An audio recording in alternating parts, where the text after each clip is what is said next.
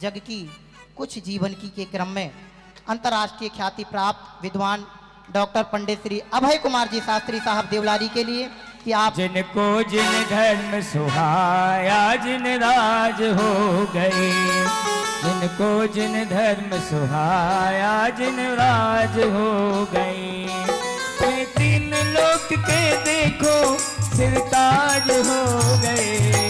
जिनको जिन धर्म सुहाया जिन राज हो गई, जिनको जिन धर्म सुहाया राज हो गई।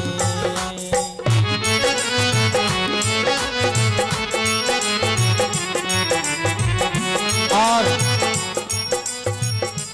हमारे बीच में हमारे विशेष आमंत्रित विद्वान आदरणीय अभय कुमार जी भाई साहब मंच पर विराजमान हैं।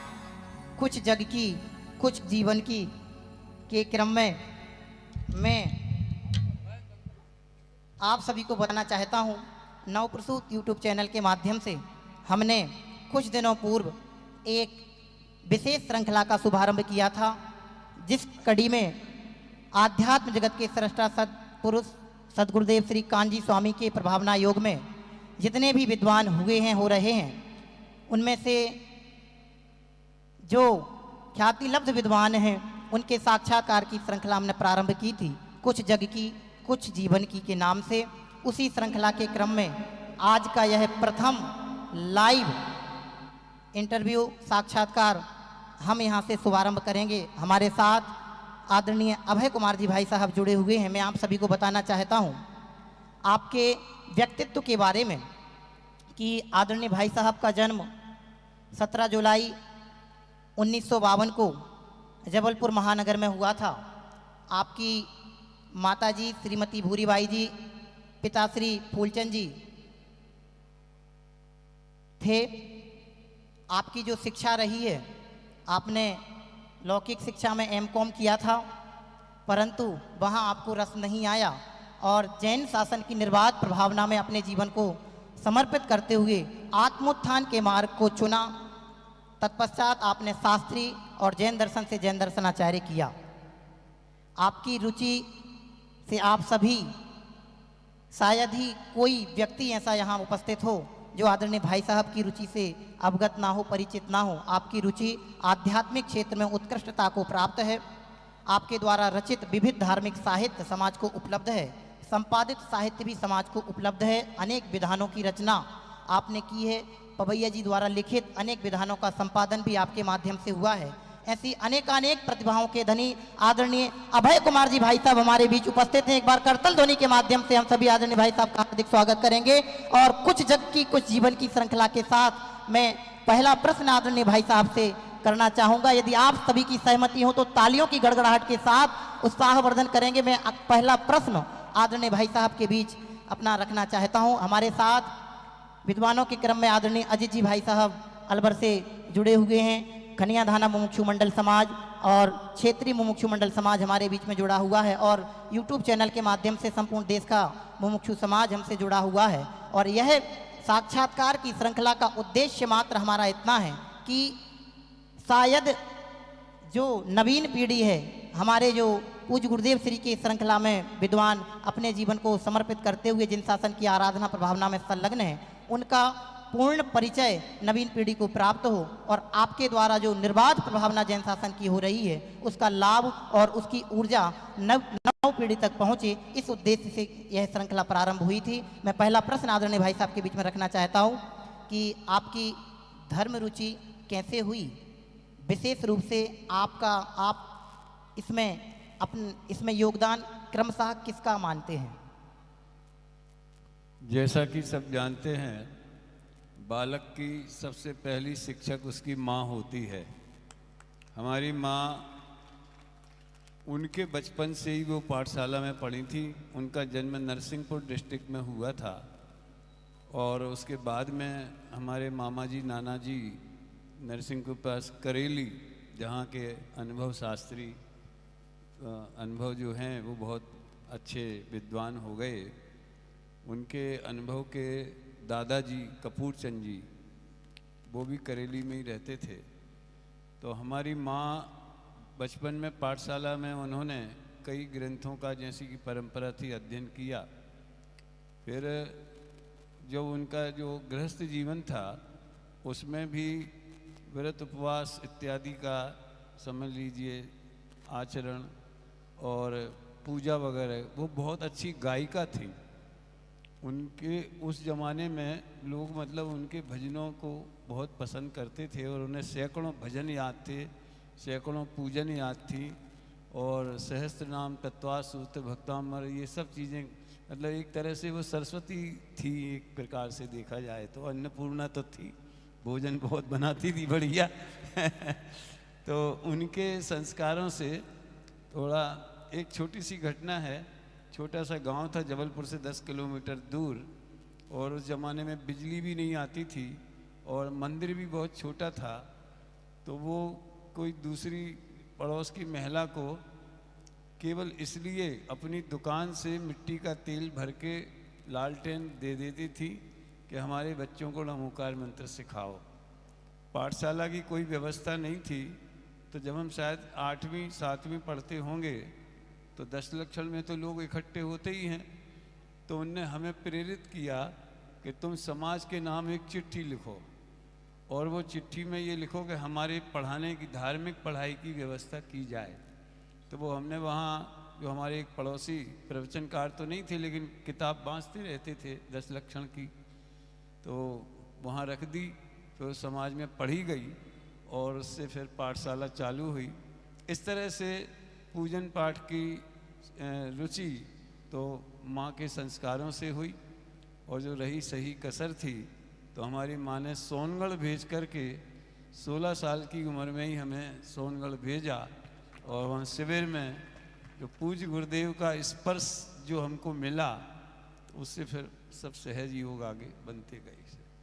बहुत सुंदर जवाब आदरणीय भाई साहब के माध्यम से हमें प्राप्त हुआ। एक बार पुनः हम करतल ध्वनि के माध्यम से अगले प्रश्न की ओर बढ़ेंगे।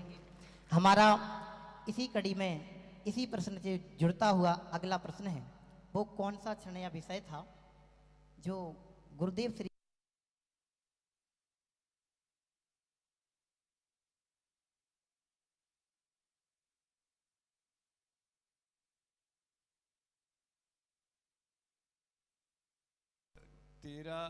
12 मई 1968 को हमने गुरुदेव का दर्शन सोनगढ़ में किया था।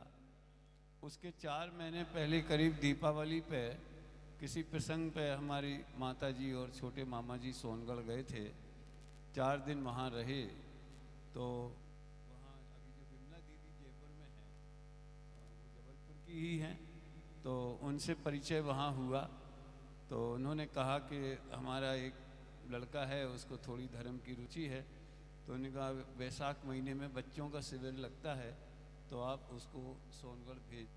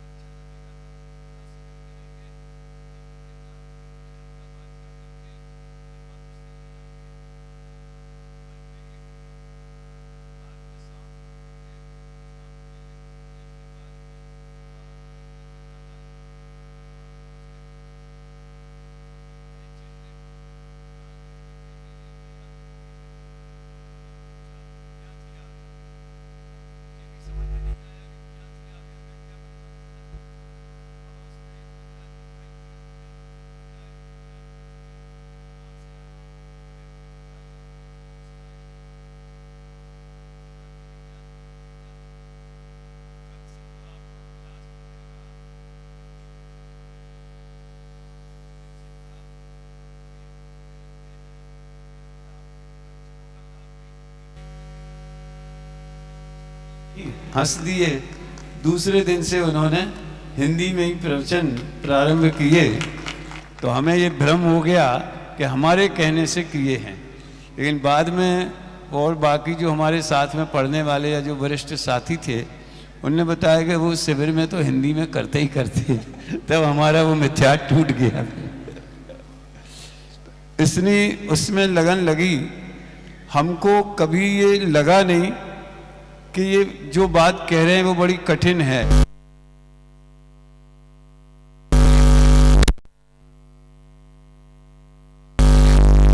कोई हमें परेशानी नहीं हुई, बड़ी लॉजिकल लगी।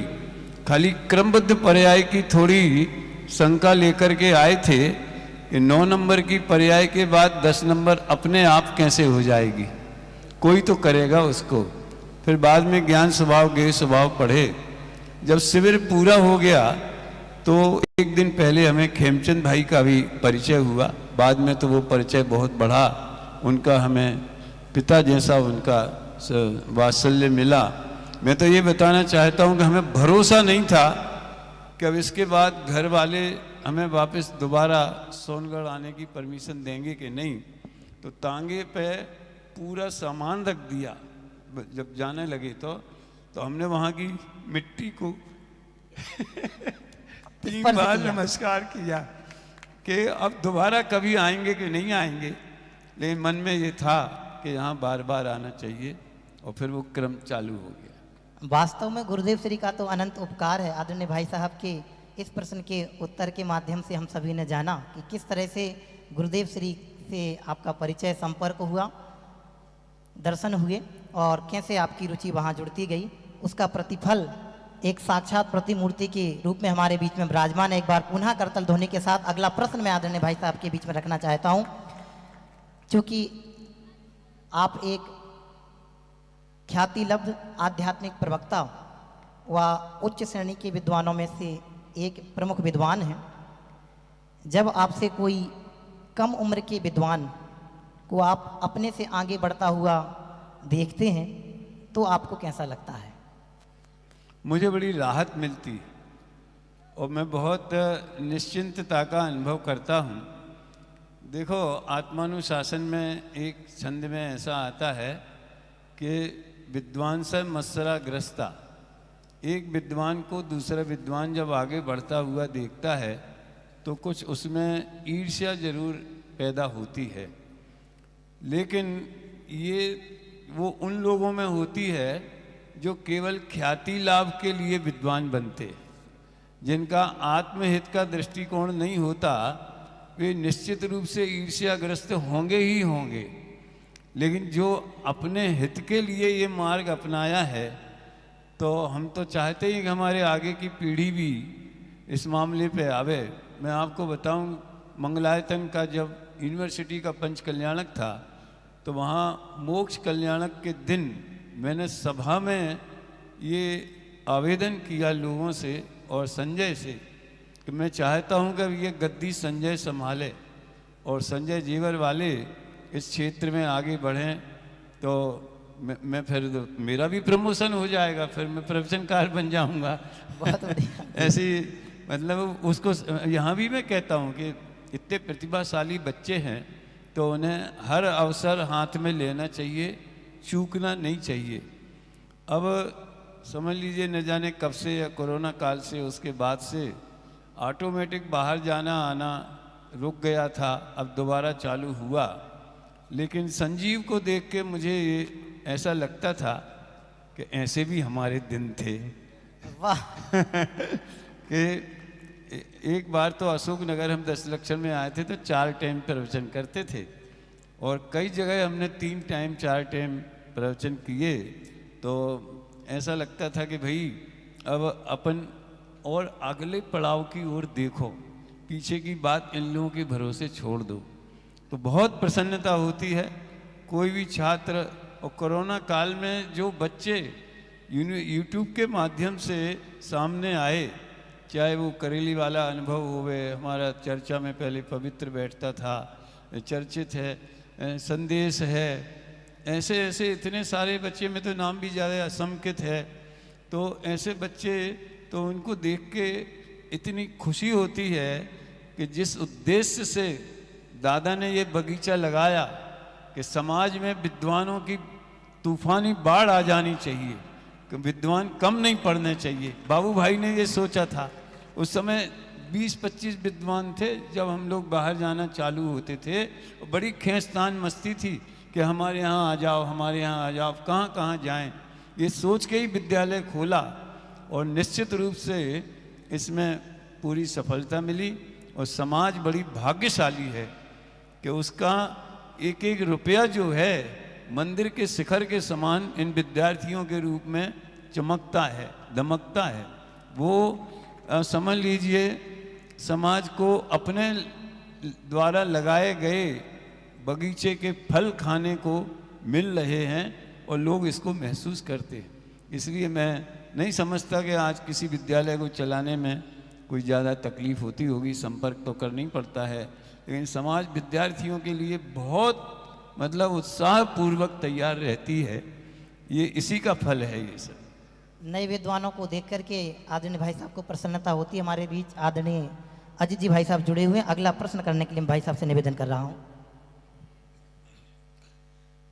बहुत सुंदर ये साक्षात्कार हो रहा है। मैं समझता हूँ कि निश्चित रूप से साधर्मी जनों के लिए, तत्व रुचिवंत जीवों के लिए, हमारे शास्त्रीय विद्वानों के लिए, व्यवस्थापकों के लिए ये बहुत ही लाभकारी है और प्रेरणादायक है।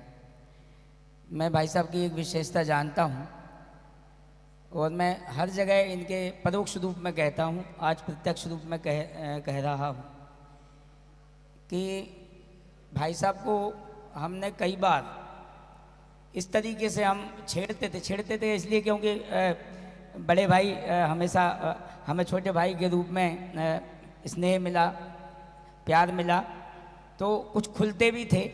तो कई बार भाई साहब को हम छेड़ते थे कि किसी की आलोचना हम करें और भाई साहब उस आलोचना में शामिल हो जाएं, किसी बड़े विद्वान की या किसी व्यक्ति की।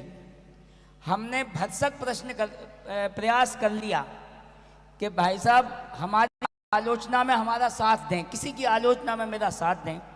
मगर मैं सच बात है कि मैं थक गया, मगर भाई साहब से के माध्यम से किसी भी व्यक्ति की आलोचना का समर्थन और आलोचना के शब्द, एक शब्द भी मैंने भाई साहब के मुख से कभी नहीं सुने। ये मैं हमेशा इस गुण का प्रशंसक भाई साहब का रहा हूँ। एक बात और मैं याद कर रहा हूँ भाई साहब के इस वात्सल्य भाव का। 25 जून 1982 का दिन मुझे याद है, जब मेरा जो कद था वो बहुत छोटा कद था। जब मैं लेक्चरर बन गया तब भी भाई साहब मुझे कोई टीचर मानने को तैयार ही नहीं होता था। मैं स्कूल में जाता था तो नया विद्यार्थी ये पूछता था कौन सी क्लास में पढ़ोगे। तो जब मैं स्मारक में पहुंचा, 25 जून का दिन था और अकेला ही घर से चला गया था, बहुत दूर जबलपुर के पास घर था। अकेला ही घर से इंदौर चला गया था एडमिशन के लिए। वो अकेला ही घर से, मुझे ये भी पता नहीं था कि इतना मालूम था कि भोपाल से जयपुर की बस मिलती है बस। जब मैं पहुंचा 11:30 बजे 12 बजे टोडम स्मारक में और ऑफिस पहुंच गया और भाई साहब प्रबंधक के रूप, भाई साहब को याद आ रहा होगा, प्रबंधक के रूप में विराजमान थे भाई साहब। तो मैंने कहा कि मैं अजित कुमार हूँ और मैं फला जगह से, फुटेरा हमारे गांव का नाम है, भाई साहब बैठे हुए हरीश जी, फुटेरा से आया हूँ। कद बहुत छोटा था तो इनको लगा कि भाई ये फुटेरा से आया। तो उन्होंने पूछा और तुम्हारे साथ कौन आया है, किसके साथ आया हो? तो मैंने कहा मैं अकेला आया हूँ। वो भाई साहब ने खड़े होकर के मुझे इतने तन्मयता से हृदय से गले लगाया कि मैं भूल गया कि मैं कोई चल कर के थकान भी हुई है, मैं कोई भयग्रस्त भी हुआ हूँ। और उसके बाद आपका जो आशीर्वाद और आपका सानिध्य जो प्राप्त हुआ है, जो कुछ भी हम बोल पाते हैं, चाहे वो गायन के रूप में हो, वो चाहे कुछ तत्व की बात कहने की हमारी क्षमता हो, वो भाई साहब का ही पूरा प्रभाव है। मैं प्रश्न करने की जरूरत कर रहा हूँ आदरणीय भाई साहब से। प्रश्न है कि आप एक अच्छे वक्ता हैं, जैसा कि भाई दीपक जी ने कहा, एक अच्छे कवि भी हैं और एक अच्छे लेखक भी हैं। इन तीनों विषयों में आपको सबसे अधिक रुचि किसकी है? वक्ता के रूप में, कवि के रूप में और लेखक के रूप में? मुझे इन तीनों विधाओं में एक सा ही रस आता है। मुझे कोई बहुत ज़्यादा इनमें फ़र्क नहीं मालूम पड़ता, क्योंकि तीनों विधाएं मैंने मेरे स्वयं के रस के लिए ही उनका विकास सहज ही हो गया। मैं बुद्धिपूर्वक कुछ किया नहीं। अब कविता तो ऐसा है कि वो पता नहीं कैसे, जब हम 11वीं पढ़ते थे तब हमने निरखो अंग अंग जिनवर के ये गीत बनाया था। और उसका कारण ये था कि जब हम भगवान मूर्ति का प्रक्षाल करते थे तो हाथ में छोटी छोटी प्रतिमाएं लेते थे और पहुँचते थे, तो ऐसा लगता था कि कोई गीत ऐसा होना चाहिए जो इस समय के लिए उपयोगी होवे। फिर उपाध्याय में गए तो फिर धन्य धन्य वीतराग वाणी उसकी रचना हुई। तो विचार जो हैं दिमाग में सहज आते रहे, तो कोशिश करते रहे, तो वो काव्य रूप में विकास उनका हो गया। दादा इसलिए प्रेरणा करते थे कि अभय कुमार जी, समाज में कर्तावाद का जहर बहुत भरा हुआ है। बहुत ही हमारी भक्तियाँ स्तुतियाँ ऐसी हैं जिनमें हे महावीर जी मेरी इज्जत रखो, मेरे पार लगा दो, मेरी नैया तुम्हारे भरोसे। दादा को शुरू से एलर्जी थी इन बातों से। मुझे भी ये चीज़ें बिल्कुल पसंद नहीं थी, क्योंकि गुरुदेव का तत्वज्ञान मेरे पास में था। तो वो ये कहा करते थे कि आप इनका विरोध करोगे तो आप उखड़ जाओगे, इनका विरोध मत करो, अच्छी अच्छी भक्तियां बना के समाज में डाल दो, तो अपने आप लोग धीरे धीरे धीरे उनको अपनाने लगेंगे। वास्तव में उनकी वाणी फल गई, और फिर और भी जो समझ लो जैसी जैसी ज़रूरत पड़ी वैसे वैसे गीत बनते गए और भक्ति सरोवर डेवलप हुई। और आज मुझे बड़ी खुशी है कि उसी परंपरा में जैसे हमारे संजीव हैं, वो अंतर्ध्वनि के नाम से इतने सुंदर सुंदर गहरे तत्व ज्ञान भरे गीत उसने लिखे और गाए, तो मुझे बड़ी तृप्ति होती है। तो प्रवचन में प्रवचन जैसा आनंद आता है, लिखने में लिखने जैसा आनंद आता है, कोई बहुत इसमें अच्छा। फर्क नहीं मालूम पड़ता। बहुत बढ़िया। भाई साहब के एक दो जो कविताएं हैं वो बहुत प्रसिद्ध हैं। जो अपना नहीं उसके अपनेपन में जीवन चला गया, पर में आपापन करके हा। यह हा शब्द बहुत तीर जैसा जाता है। पर में आपापन करके हा मैं अपने से चला गया। एक दो पंक्तियाँ और मुझे हमेशा याद रहती हैं, क्योंकि वो हमारे खुद के अभिनंदन में भाई साहब ने लिखी थी। वो लिखी थी, ऊपर की दो पंक्तियाँ तो मैं याद नहीं कर पा रहा हूँ। प्रिय के प्रिय भी प्रिय होते हैं, हम उनका अभिनंदन करते हैं। ये भाई साहब ने लिखी थी, और प्रसंग भी भाई साहब को पता है।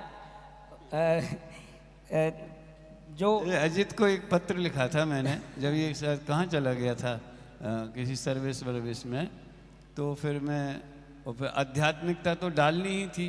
तो जिन्हें मोह भी जीत न, पहले अजितनाथ भगवान को याद किया कि जिन्हें मोह भी जीत न पाए वे परिणति को पावन करते। फिर बहुत से लोगों ने मेरे से पूछा कि इसका मतलब क्या होता है, प्रिय के प्रिय भी प्रिय होते हैं।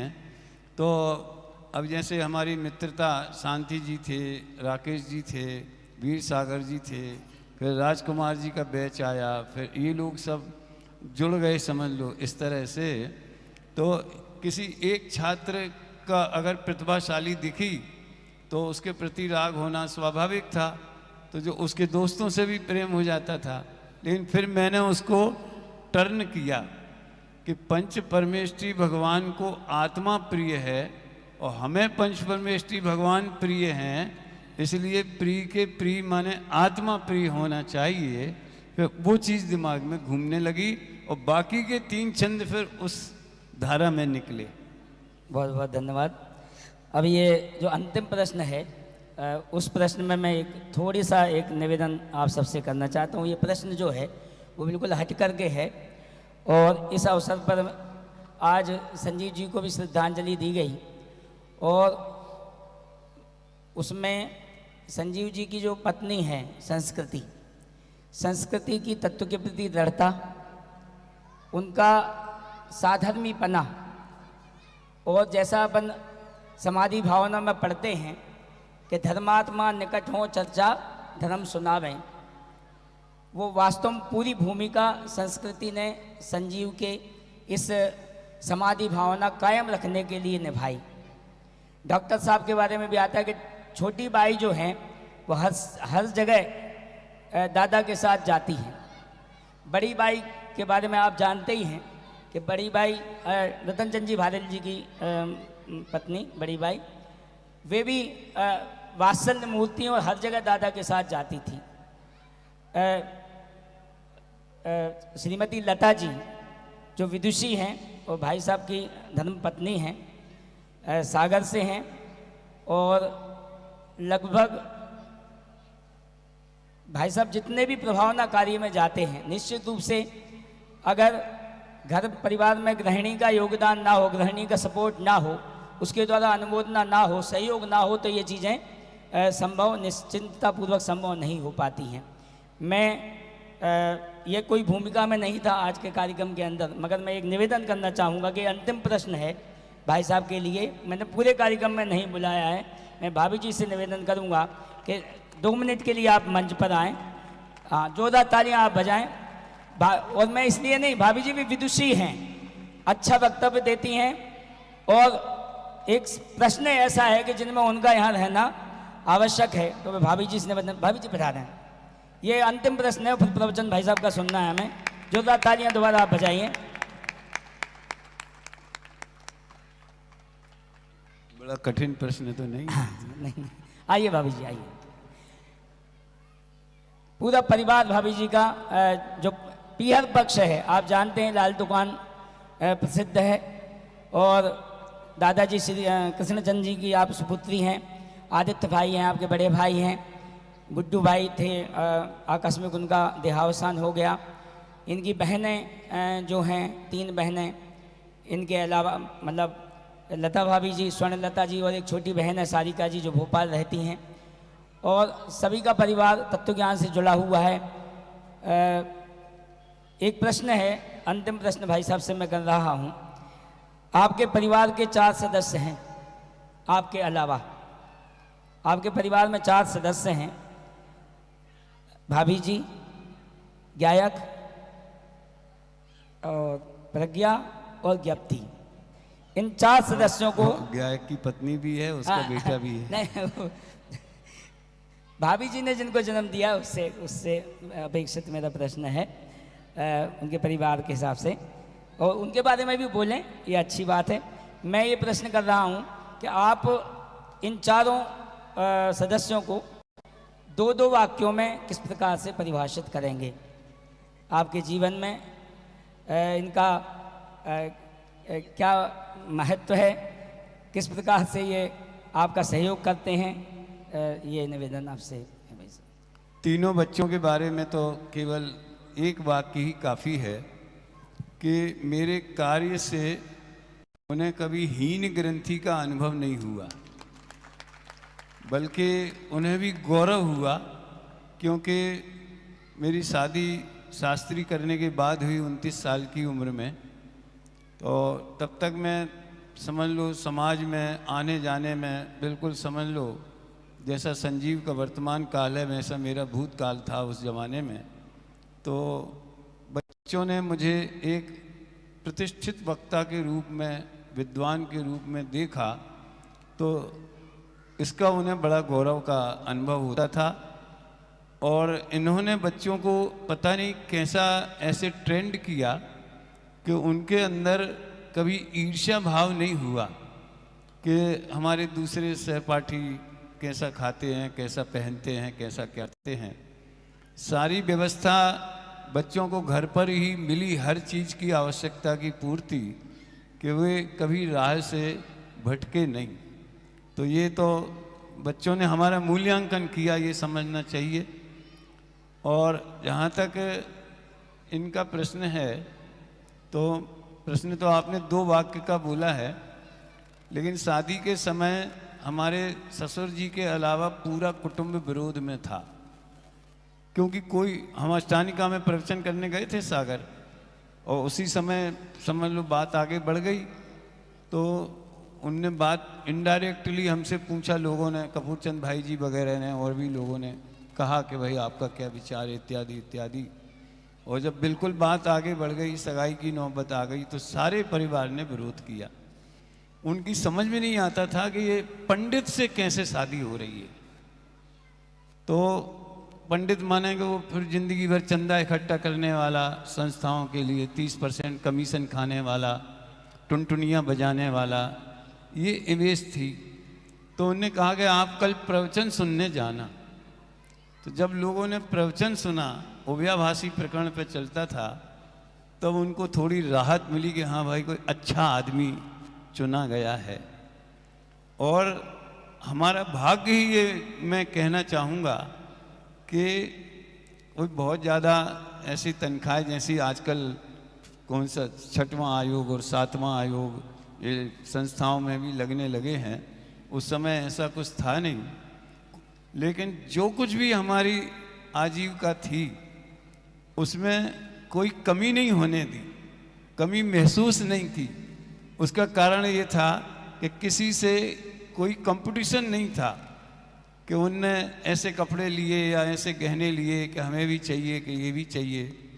तो ये शादी के पहले ये भी पूज्य गुरुदेव के संपर्क में शिविर में जा चुके थे, परिवार में गुरुदेव की लहर आ चुकी थी। तो हम तो गुरुदेव का ही प्रताप मानते हैं। और बहुत से लोग ये देख रहे होंगे, हमारे दादाजी ने फिर हमारे बाद राकेश जी को चुना। वो तीसरा भी विद्वान चुनना चाहते थे मगर उन्हें मिला नहीं। तो उन्होंने इसकी चिंता कभी नहीं की कि ये तो संस्था में नौकरी करते हैं, इनका क्या भविष्य होगा। उन्होंने पुण्य का भरोसा किया, तत्व ज्ञान की कीमत की, विद्वता की कीमत की। ऐसा ही समझ लीजिए प्रदीप जी के, संजीव जी के ससुर जी ने आज उन्होंने जो सभा में बोला था, काफ़ी गहरी बातें और अपने अनुभव की बातें बताई। मैं समाज के श्रेष्ठ वर्ग से ये कहना चाहता हूँ कि जैसे हम कहते हैं कि विद्यालय के एक बच्चे को आप गोद ले लो, तो इसका क्या मतलब है कि 5 साल का खर्चा 1 लाख रुपया आप दे दो, आपकी ओर से एक बच्चा 5 साल पढ़ेगा। बहुत से लोग लेते हैं। तो हर श्रेष्ठी वर्ग को एक शास्त्रीय विद्वान को जमाई बनाना चाहिए। वो अपनी कन्या का भविष्य सुधारेंगे, समाज का भविष्य सुधारेंगे। अगर संजीव जी को उनके ससुर जी नहीं अपनाते और कहीं और दूसरा समागम मिल जाता, कोई विपरीत रुचि वाला समागम मिल जाता, तो आज समाज संजीव का इतना लाभ नहीं ले सकती थी। फिर वो दूसरी विडंबनाओं में उलझ जाते। तो ये मैं मजाक में नहीं कह रहा हूँ। अगर आपको समाज में तत्व विचार की धारा निरंतर आगे बढ़ाए रखना है, तो जो भी विद्यार्थी प्रतिभाशाली हैं, योग्य हैं, आपकी कुंडली मिलती हो, समाज गोत्र मिलता हो, वो सब बातें हैं। फर्स्ट प्रायोरिटी अगर आप किसी शास्त्रीय विद्वान को देंगे और उसकी इसी काम में स्थिरता उसकी बनी रहे, ऐसी व्यवस्था करेंगे, तो आज एक संजीव को हमने खोया है, हमें बहुत सारे संजीव मिलेंगे, इसमें कोई संदेह नहीं। बहुत सुंदर जवाब आदरणीय भाई साहब के माध्यम से हमें प्राप्त हुआ और एक क्रांतिकारी विचार जो संदेश समाज के बीच में आदरणीय भाई साहब ने साक्षात्कार के माध्यम से सबके बीच में प्रसिद्ध किया। मैं इस साक्षात्कार को समापन की ओर मोड़ूं उसके पहले हमारे साथ दर्शक दीर्घा में बहुत सारे साधर्मी जन बैठे हुए हैं।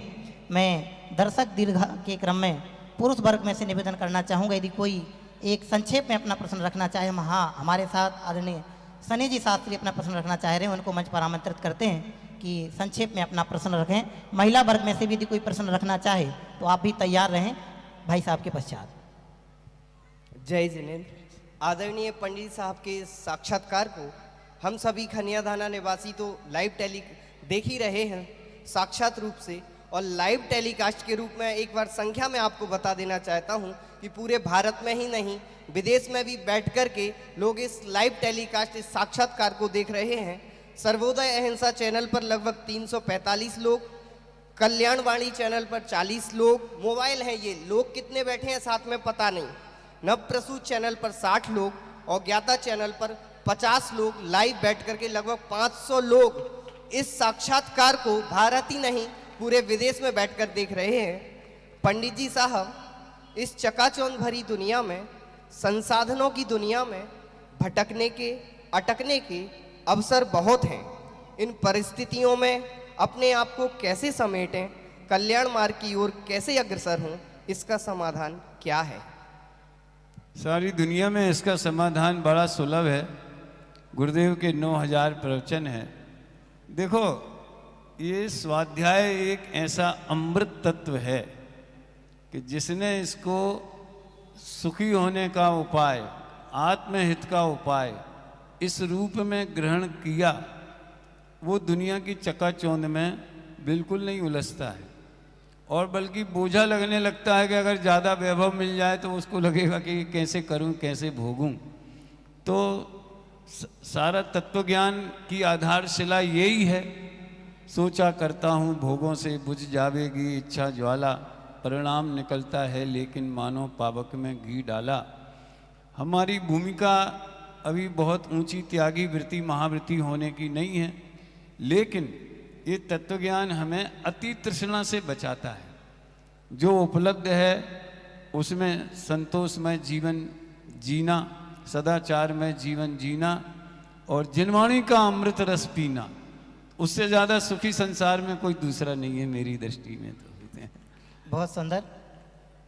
आदरणीय माठ साहब हमारे बीच में जुड़े हैं, वो भी एक प्रश्न रखना चाह रहे हैं। हम सब संक्षेप में अपना प्रश्न रखेंगे, और एक प्रश्न चूँकि महिला वर्ग से भी मैंने कहा था यदि कोई पूछने का इच्छुक हो तो इशारा करेंगे।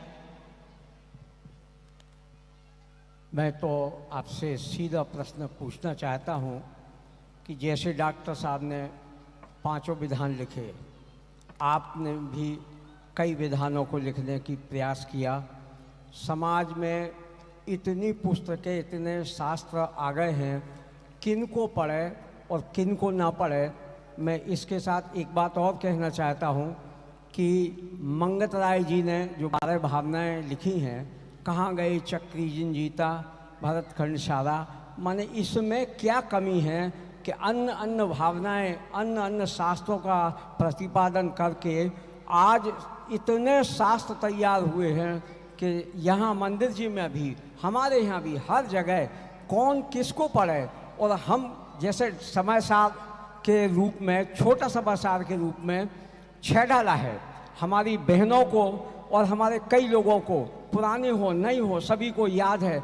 उसमें जितना मर्म है उतना मर्म और दूसरे बड़े शास्त्रों को पढ़ कर के प्राप्त नहीं किया जा सकता है। तो मैं ये कहना चाहता हूँ कि जो हमारे प्राचीन कवि हैं, वास्तव में वे ऐसा लगता है कि सम्यक्ति थे, और उनमें एक भी छंद ऐसा नहीं है जिसमें एक भी मात्रा का कोई कमी हो, कोई कम बेसी हो।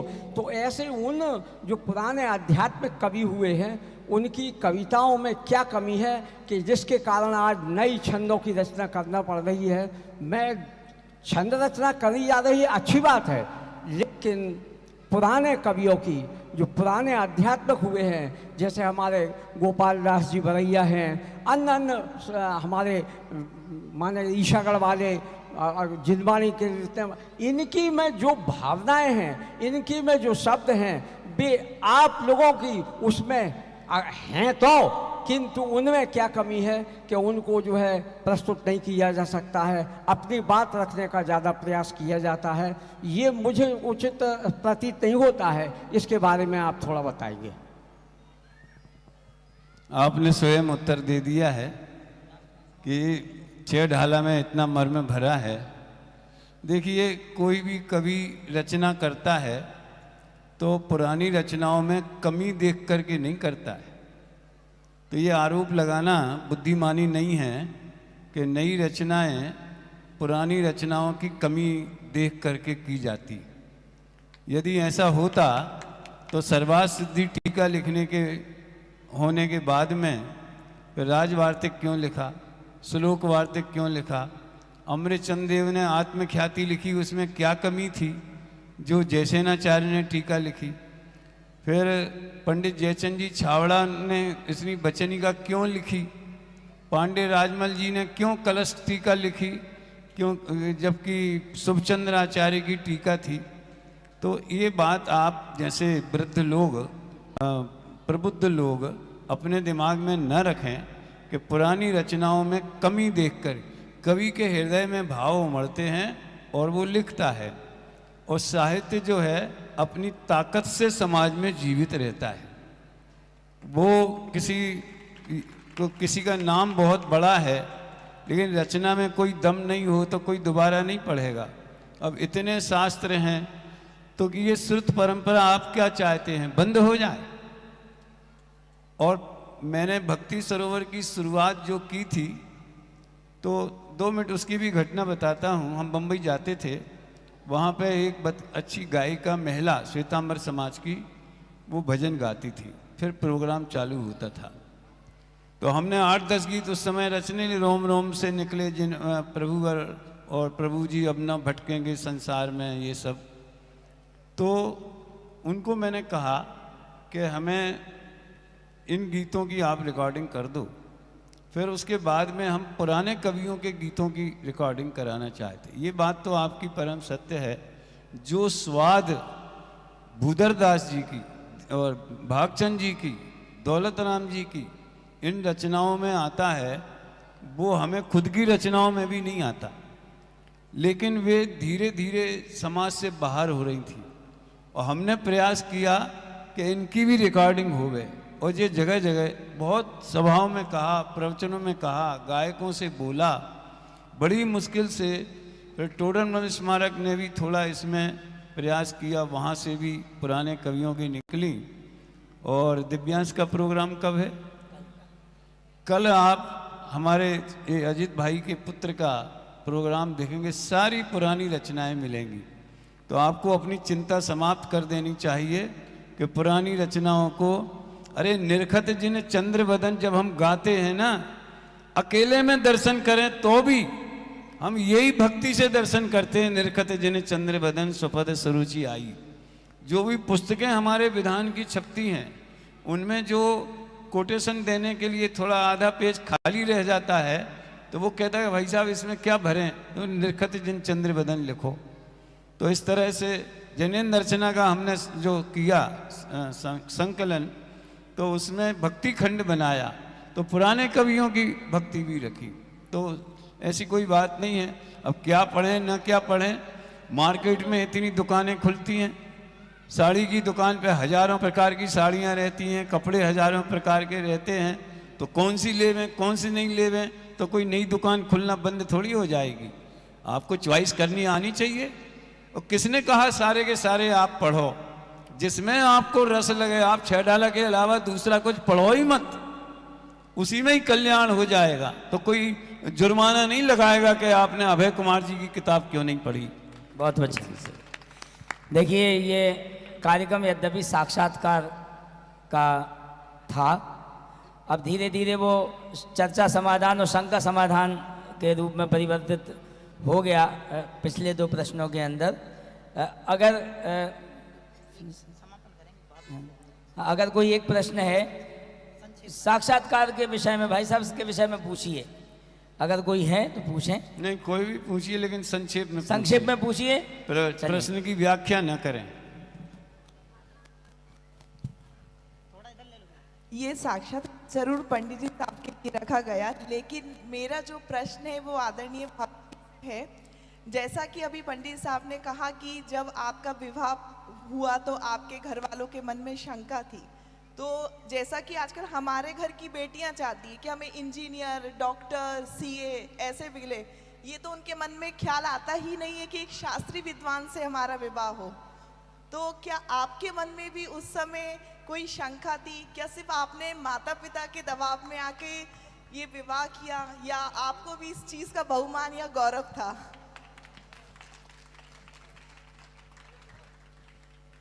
ऐसा है, ये 40 साल पुरानी बात है। तब लड़कियों को इतना पूछा नहीं जाता था, लेकिन हमारी रुचि, हमारे पिताजी की रुचि पहले से सोनगढ़ की थी और मैं सागर में बहुत चौमासे होते थे और वाचनाएँ होती थी, तो हम लोग जाते थे उसमें, हम भी, हमारी छोटी बहन भी।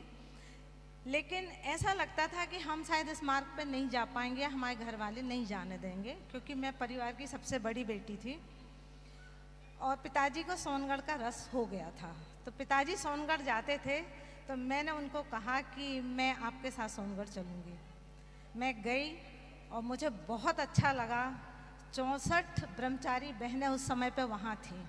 मुझे ऐसा लगा पिताजी मुझे यहीं छोड़ जाएं, लेकिन वो सब संभव नहीं होता, ये तो कल्पनाएं होती हैं।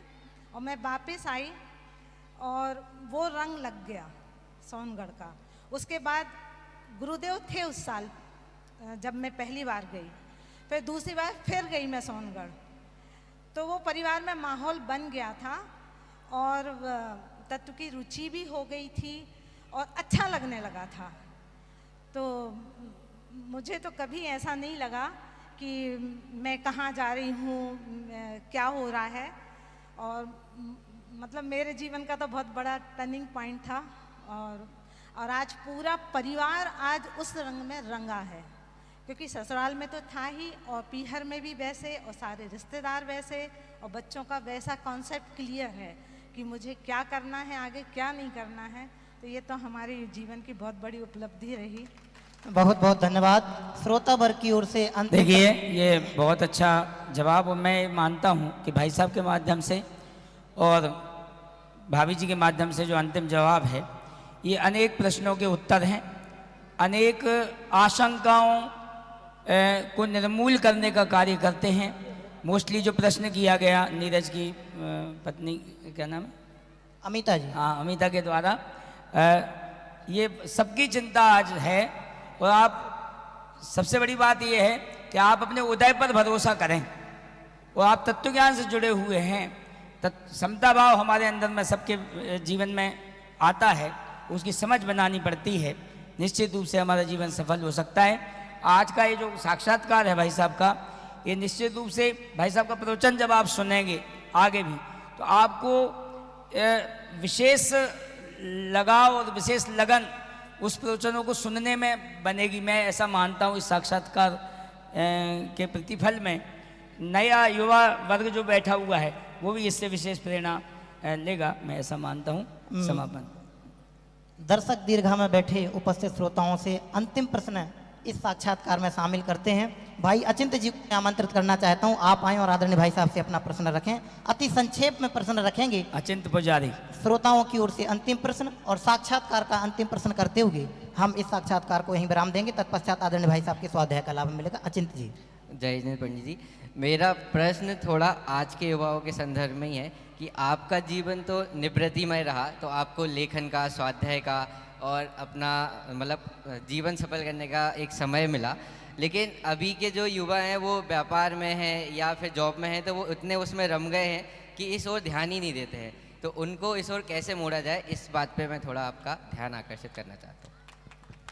देखिए, आपके संपर्क में जो भी युवा साथी वगैरह आते हैं, तो उनसे पहले वात्सल्य का और अत्यंत प्रगाढ़ मित्रता का व्यवहार आप विकसित कीजिए, तो उनको भी ऐसा लगे कि भाई ये ऐसी चीज़ पसंद करते हैं, उसमें क्या है ऐसा। कोई ज़रूरी नहीं है कि इस नई उम्र में आदमी 24 घंटे की निवृत्ति लेके हर आदमी इसी काम में लग जाए, ये संभव नहीं है। तो अपने व्यापार, व्यवसाय, आजीविका के अलावा भी हमारी दिनचर्या में कुछ न कुछ समय तो हम अपने हॉबी के लिए तो निकालते ही है ना। तो उनको ये प्रेरित करें कि जैसे कि भाई कहीं कोई बढ़िया शिविर लग रहा है, खनिया ग्वालियर में शिविर लग रहा है, तो आप उन्हें प्रेरित करें कि आप आइए, कैसा ये कार्यक्रम है। तो जैसे माहौल देखेंगे तो उनको अपने आप जो है उसकी रुचि बनेगी। और ज़्यादा क्या कहें, आप उनके साथ में पिकनिक के नाम पर तीर्थ यात्रा पे जाइए, वहाँ चर्चाएं तत्व की करें, उनसे प्रश्न पूछें, इस तरह से उनकी रुचि डेवलप करने के लिए करें। लेकिन इसका ज़्यादा बोझा नहीं रखें कि हम दूसरों को कैसे सन्मार्ग में लगाएं। तो ये एक भावना होना स्वाभाविक है, लेकिन इसका कोई व्रत नहीं ले लेवें कि हम इनको रुचि लगा के ही रखेंगे। जिसकी लगनी होती है अपने सुकाल में लग जाएगी। हम अपनी दिनचर्या में हमारा स्वाध्याय और जिनेंद्र पूजन भक्ति वगैरह न छूटे, इसका ज़्यादा ध्यान रखना चाहिए। बहुत बहुत धन्यवाद ज्ञापित करना चाहता हूँ। अंतिम प्रश्न पूछूं उसके पूर्व मैं आप सभी को एक संक्षेप में जानकारी देना चाहता हूँ। यह साक्षात्कार की श्रृंखला पिछले 2 महीनों से ही हमने संचालित की थी, जब आदरणीय मनीष जी भाई साहब का अपने खनिया धाना नगर में पधारना हुआ था। प्रथम साक्षात्कार आदरणीय डॉक्टर पंडित मनीष जी शास्त्री का हमने यहाँ से लिया था और वह सोशल मीडिया के माध्यम से सर्वत्र प्रसारित हुआ था। द्वितीय साक्षात्कार बांसवाड़ा राजस्थान में पंडित रजनी भाई जी दोषी हिम्मतनगर का। तृतीय साक्षात्कार पंडित राजकुमार जी शास्त्री उदयपुर जैन दर्शनाचार्य उनका लिया था। विद्वानों की श्रृंखला में यह चतुर्थ साक्षात्कार आज हमारे खनिया धाना नगर में आदरणीय अभय जी भाई साहब का हम सभी ने यहाँ साक्षात देखा, उसका लाभ लिया। और इन्हीं विद्वानों की श्रृंखला की तरह ही श्रेष्ठी वर्ग के साक्षात्कार की श्रृंखला का भी शुभारंभ किया है, जिसके 2 साक्षात्कार इंदौर में आदरणीय अशोक जी बड़जात्या साहब और आदरणीय विजय जी बड़जात्या साहब, इन दोनों के भी साक्षात्कार लिए थे। यह सभी साक्षात्कार समयानुसार आप सभी तक पहुंचेंगे। मैं इस साक्षात्कार का अंतिम प्रश्न आदरणीय भाई साहब से निवेदन करता हुआ पूछना चाहता हूं। आप तकरीबन 47 वर्ष से प्रभावनार्थ जा रहे हैं, जिसका कोई एक ना भूलने वाला प्रसंग, और यहाँ अनेक युवा बैठे हैं, देश के अनेक युवा सुन रहे हैं, उनके लिए और सामाजिक सौहार्द कैसे पनपे, इसके लिए एक श्रेष्ठ संदेश आपके माध्यम से क्या होगा? दोनों ही प्रश्नों को समावेशित करते हुए संक्षेप में हमें उत्तर प्राप्त हो। पहला क्या है? प्रभावनार्थ लंबे समय से जो आप जा रहे हैं, उस दौरान एक ना भूलने वाला कोई प्रसंग जो आपके लिए अविस्मरणीय रहा हो है। ऐसे तो बहुत सारे होंगे और उन प्रसंगों को सुनाने का कोई प्रयोजन है नहीं कि किसी का हित होने वाला हो जनता का। इसमें कई प्रसंग बने। खुरई जब हम गए थे, वहाँ बीना में एक कोई महिला थी, उन्होंने सन 72 की घटना सुनाई थी। जब हम खुरई गए थे सन 72 में, उस साल हमने बीकॉम पास किया था। तो हम तो जो हम हाफ पैंट पहन के चले गए थे। तो सेठ जी थे जो श्रीमंत सेठ, वो बोले कि पंडित जी को देख के तो मेरा माथा ठनक गया कि बाबू भाई ने कैसे लड़के को यहाँ भेज दिया। और लेकिन प्रवचन का हमको अभ्यास, बाहर जाने के 2-3 साल हमने अपने गांव में ही 10 लक्षण में प्रवचन किए थे। और डेली के शास्त्र सभा में हमारी माँ बाँसती थी, तो उनने फिर हमें बिठा दिया था कि तो उससे हमारी भाषा और शैली वगैरह थोड़ी व्यवस्थित हो गई थी और थोड़ी निर्भीकता भी थी। तो खुरई जैसी बड़ी समाज में फिर 10 दिन बीते, तो वो प्रसंग जरूर ऐसा था कि लोग हमें देख के घबराते थे और हम समाज को देख के घबराते थे। खैर, इन बातों में कोई दम नहीं है। समाज में सौहार्द के लिए वात्सल्य बहुत जरूरी है। अगर सत्वेषु मैत्री, गुणेषु प्रमोदम, क्लिष्टेषु जीवेषु कृपा परत्वम, माध्यस्थ भावम विपरीत वृत्तम। यदि कोई हमारा विरोध भी करता है, हमसे असहमत भी होता है, तो ये तो अपन तत्वज्ञानी हैं, सहयोग संभाव सब जुदे जुदे होते हैं और उदय भाव सबके जुदे जुदे होते हैं।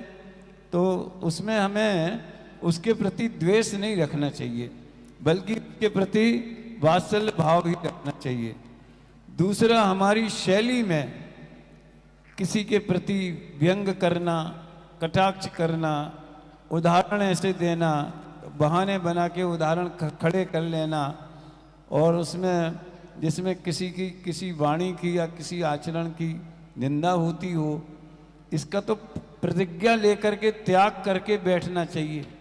और वो वक्ता तो वही होता है जो अस्य मूल ग्रंथ करता रहा, श्री सर्वज्ञ देवा तदुत्तर। मैं जिनवाणी की बात कहूँगा, आप जिनवाणी के प्रवक्ता हैं तो बड़ी मीठी मधुर शैली होवे, भाषा में हल्कापन नहीं होवे, कोई कटाक्ष नहीं होवे, कोई व्यंग नहीं होवे, किसी की निंदा नहीं होवे। गुरुदेव को आप देखिए उनका इतना विरोध होता था, लेकिन उनके श्रीमुख से किसी के प्रति कोई टॉइंटबाजी के कुछ भी एक गलत शब्द आज तक आपको 9000 प्रवचन में सुनने नहीं मिलेगा। हाँ, तत्व की बात अखबारों में छपती थी तो वो कहते थे फलाने ने ऐसा लिखा है, उस अखबार में आया है, पर भाई वस्तु तो ऐसी है, तो वस्तु तत्व का खुलासा कर। मैंने यहाँ कहा है कि मैं शास्त्रीय विद्यार्थियों का एक सभा या सम्मेलन या मीटिंग टाइप की रखना चाहता हूँ, ताकि उन्हें प्रवचनकार की शैली में क्या चीज़ें ध्यान में रखना चाहिए वो मैं उनसे बात करना चाहता हूँ।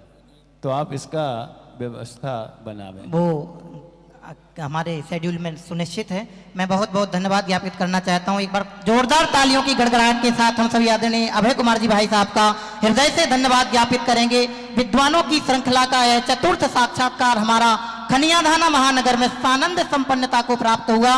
एक बार पुनः जोरदार तालियों की गड़गड़ाहट के साथ हम सभी नवप्रसूत परिवार की ओर से, जिसको सफलतम संचालित करने में श्री नेमिनाथ दिगंबर जैन न्याय मंदिर ट्रस्ट खनियाधाना का, नंदीश्वर विद्यापीठ विद्यालय चेतनबाग खनियाधाना परिवार का, संपूर्ण दिगंबर जैन समाज मुमुक्षु मंडल खनियाधाना का हमें अमिततम अमूल्यतम सहयोग प्राप्त होता है। आप सभी के सहयोग से यह क्रम हमारा अनवरत रूप से चलता रहेगा। मैं पुनः आदरणीय भाई साहब का, आदरणीय भाभी जी का एक बार इस मंच से हृदय से इस साक्षात्कार में शामिल होने के लिए धन्यवाद ज्ञापित करना चाहता हूं। बोले भगवान महावीर स्वामी की।